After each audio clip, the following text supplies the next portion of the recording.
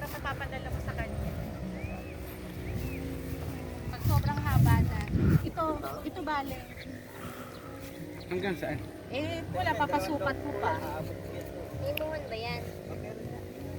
Yun. Oo, may mohon yung pinakita sa amin dyan.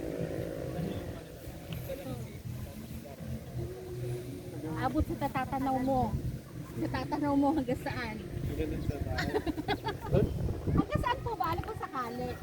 Yung 180. Kailangan po makita yung muhon.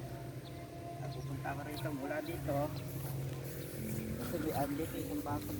Ito. Kasi pagka tag-ulan, maputik dito. Ano siya perte? Ayun doon sa ano. Te, hanggang doon sa tatayuan ng maayan. Hanggang doon yung lote mo.